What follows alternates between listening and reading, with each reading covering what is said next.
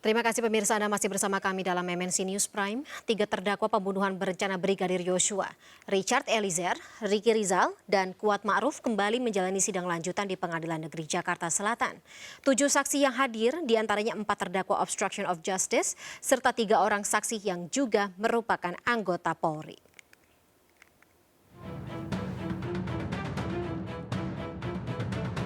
Sidang lanjutan perkara pembunuhan berencana Brigadir Yosua kembali digelar di Pengadilan Negeri Jakarta Selatan.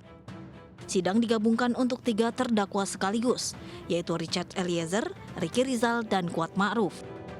Dalam persidangan lanjutan, 7 orang saksi selaku anggota Polri dihadirkan untuk memberikan keterangan langsung di hadapan majelis hakim.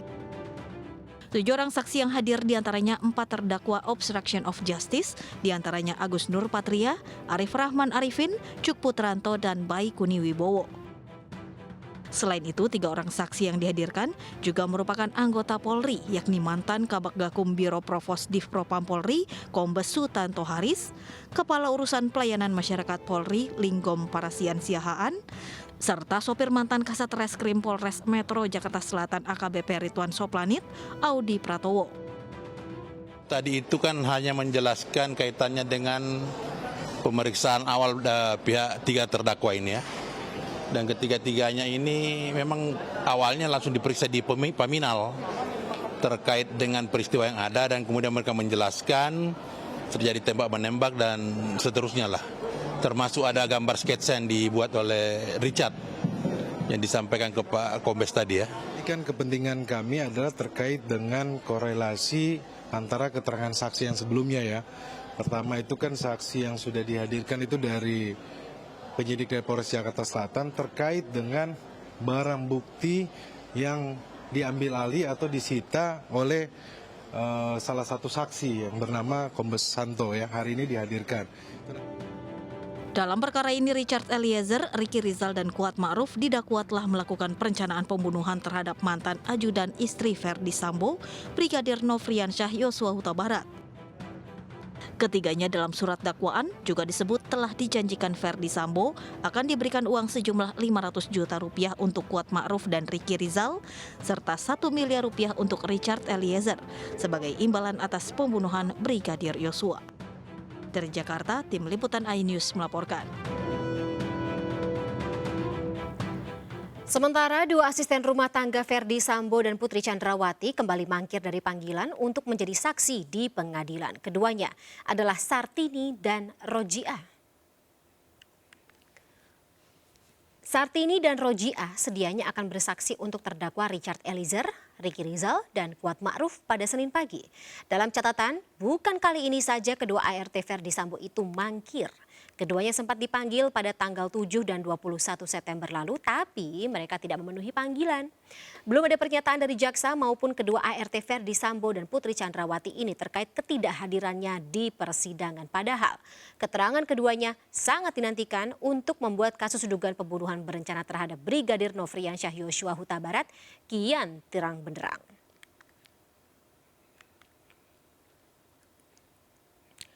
Terdakwa obstruction of justice kasus pembunuhan Brigadir Yosua, Arif Rahman Arifin, mengaku diminta menghapus foto hasil visum hingga peti mati Brigadir Nofriansyah Yosua Huta Barat oleh anak buah Verdi Sambo, Kabag Gakum Biro Provos Divpropam Polri Kombes Susanto Haris. Berikut kesaksian Arif Rahman dalam persidangan lanjutan kasus dugaan pembunuhan berencana Brigadir Yosua dengan terdakwa Richard Eliezer, Ricky Rizal, dan Kuat Ma'ruf. Belum, Yang Mulia, karena waktu itu juga Pak Kombes Santo juga saya lihat lagi sibuk, nelpon, jadi saya juga tidak bertanya. Jadi saudara tidak tahu menahu? Belum tahu, Yang Mulia. Lah kan saudara untuk pengamanan, artinya kan harusnya bertanya-tanya. Ini ada apa sih? Ada peristiwa apa dan ini siapa yang meninggal? Atau di awal waktu saudara melihat ada yang meninggal, saudara udah tahu bahwa itu adalah ajudan dari pimpinan saudara? Belum tahu, Yang Mulia. Belum tahu? Belum tahu. Nanti setelah selesai karena Kombes Santo mau mengambil baju yang bersangkutan, baru saya tahu kalau ternyata itu adalah ajudannya Bapak Verdi Sambo. Tahu dari mana saudara? Karena Pak Santo bilang mau mengambil baju dinas. Baju dinasnya siapa? Almarhum Joshua. Oh, oke. Jadi selama lebih dari 3 jam saudara menunggu tuh saudara tidak bertanya-tanya ada peristiwa apa dan bagaimana? Sempat bertanya kepada penyidik, tapi katanya penyidik juga belum tahu kejadiannya seperti apa. Tetapi tahu kalau itu dari rumahnya? Belum tahu Yang Mulia.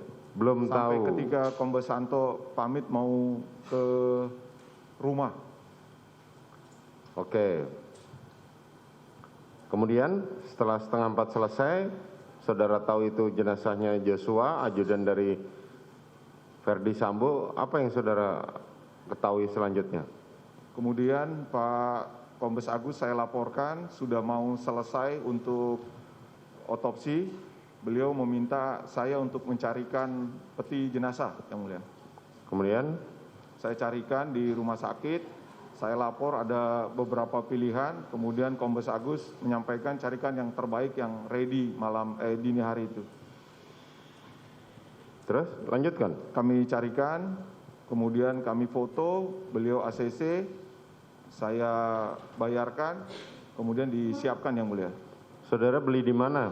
Di rumah sakit situ Yang Mulia. Oh, di Ramadjati. rumah sakit situ. Siap. Oke, Kemudian disampaikan bahwasannya tolong nanti dikawal dengan Kombes Santo sampai di bandara karena akan diberangkatkan ke Jambi. Oke. Lanjut ya. Kemudian selesai otopsi sudah masuk di dalam peti. Saya mengirimkan laporan sementara dari dokter forensik yang diterima oleh penyidik. Saya sempat foto, saya kirimkan kepada Kombes Agus Yang Mulia. Selain laporan forensiknya itu, Ya pemirsa, dalam sidang atas terdakwa Richard Eliezer, Ricky Rizal, dan Kuat Ma'ruf hari ini, sebanyak 7 anggota kepolisian diperiksa sebagai saksi. 4 diantaranya merupakan terdakwa dalam kasus perintangan penyidikan atau obstruction of justice, yakni Agus Nurpatria, Arif Rahman Arifin, Baikuni Wibowo, dan Cuk Putranto. Bagaimana menakar peran para anggota Polri yang jumlahnya sangat masif ini dalam pusaran kasus pembunuhan berencana yang dilakukan oleh mantan Kadif Propam Verdi Sambo, dan sejauh mana kesaksian mereka ini bisa jadi kunci dari jalannya persidangan. Untuk membahasnya lebih jauh, kami sudah bergabung bersama kami malam hari ini, maksudnya Irjen Pol Purnawirawan Arianto Sutadi selaku penasihat ahli Kapolri. Pak Arianto, selamat malam. Selamat malam, Mbak. Baik.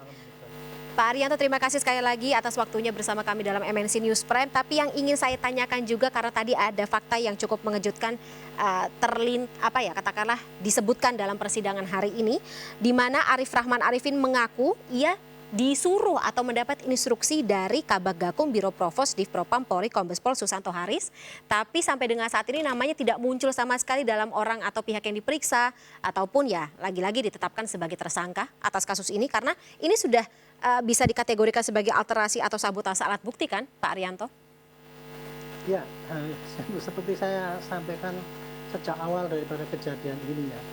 Saya dulu 3 hari setelah kejadian tanggal 8 itu, saya sudah dapat informasi bahwa kasus itu ya, itu sebetulnya tidak seperti yang disampaikan di dalam itu terjadi tembak menembak itu.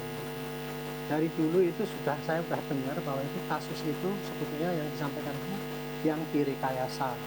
Artinya direkayasa, yang diumumkan itu adalah seakan-akan terjadi percobaan perkosaan ataupun pelecehan, kemudian diteriakin, kemudian keluar, dan kemudian dia ditegur oleh ajudan Baradae itu, kemudian malah menembak dan tembak menembak, sehingga akhirnya dia mati tertembak.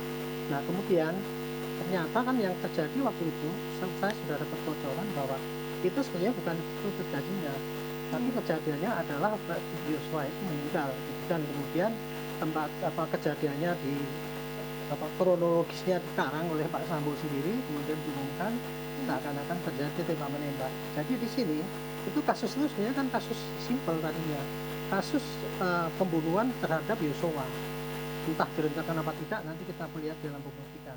Tapi kemudian setelah kejadian itu Pak Sambo itu berusaha menghilangkan jejaknya dengan cara membuat rekayasa seakan-akan tembak menembak, dia nembak ke dinding, dan kemudian seketika itu ketika terjadi kejadian, alasannya dia bahwa itu kejadian internal ya, kecil-kecil sehingga ditutup saja.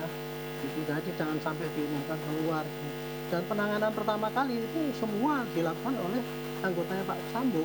Jadi Propos maupun Paminal semua di situ merekayasa ataupun semua anggotanya itu kan seperti tadi, ada yang disuruh cari ambulan, ada yang disuruh cari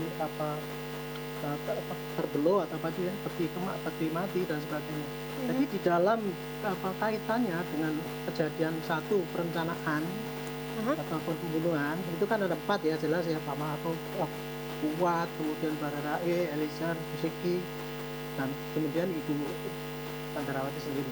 Dan Baik. kemudian untuk obstruction of justice, pertama kali dulu kan ada 31 itu yang diperiksa, Ya, tapi ya. kemudian mengembang menjadi 90. Saya katakan bahwa yang namanya obstruction of justice itu sebetulnya itu kalau dilihat dari niatnya itu hampir semuanya tidak berniat untuk itu, karena semua itu kan sudah diperintah oleh Pak Sambo itu. Hanya di sini ada kelihatan antara yang diperintah itu melakukan itu dia sudah menduga ada suatu kecurangan atau tidak, dan yang tidak.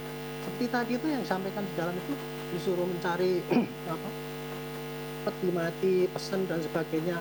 Nah itu kalau di dalam rangkanya kan seakan-akan kan itu untuk menghilangkan barang bukti. Tetapi yang melakukan kegiatan itu tugas itu tadi suruh beli, suruh ini, dia kan nggak ngerti itu. Nah, makanya itu tidak semua orang itu ya bisa dikenakan masuk dalam obstruction of justice. Makanya dulu dari 31 dulu dipilah-pilah mana yang kira-kira masuk pidana obstruction of justice, atau mana yang hanya karena kode etik, atau mana yang hanya saksi murni gitu. Nah ini tadi saya lihat tadi, kalau saya sih yang disuruh beli ambulan membeli peti mati dan sebagainya, itu sama sekali dia nggak masuk di dalam obstruction of justice. Wong dia cuma melakukan kegiatan itu, dia nggak ngerti maknanya untuk apa, yang mati pun siapa nggak tahu, dia dan akan diapakan dia nggak ngerti itu.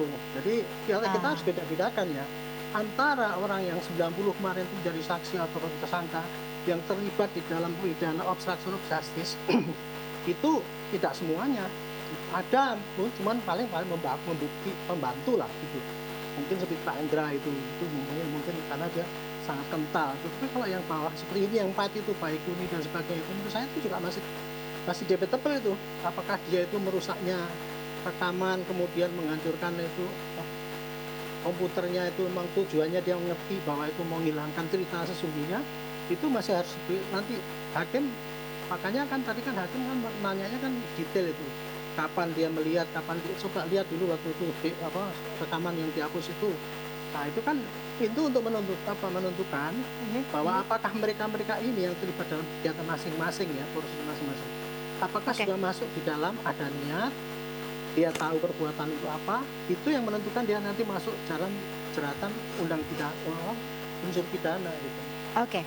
Nah, Pak Arianto, selain katakanlah potensi adanya unsur pidana tambahan seperti itu kepada para tersangka atau terdakwa, yang juga jadi menarik adalah ketika semakin banyak muncul fakta-fakta di luar persidangan, di luar kasus pembunuhan Brigadir Yosua, yang kalau misalnya kemarin kita tahu Hendra Kurniawan dan juga Verdi Sambo bahkan bilang atau mengatakan ya sebenarnya memang proses atau katakanlah bisnis ilegal seperti salah satunya konsorsium 303 ini tidak hanya itu saja, dan juga menyeret Kabar Reskrim Komjen Pol Agus Andrianto dalam ini kasusnya bisnis tambang ilegal seperti itu. Tapi ya lagi-lagi yang jadi pertanyaan adalah kenapa baru muncul saat ini ketika mereka semuanya sedang berada dalam sebuah kasus. Ada tanggapan tersendiri Pak Arianto? Ya sebetulnya kan kayak gitu. Itu kasus itu sudah terjadi dari dulu. Ada penambangan ilegal yang di backup. Iya, tapi yang ini baru sekarang. Ya dulu sudah ada itu, cuman dulu kan belum terblow up, belum ketahuan gitu kan. Dulu ketika itu ada laporan dari Pak Sambo itu, kan dia laporan penyelidikan tuh bahwa itu yang ilegal kemarin itu nyuapnya pada siapa bulan apa itu Pak? Bulan April gitu kan, sudah dilaporkan ke Pak Kapolri gitu.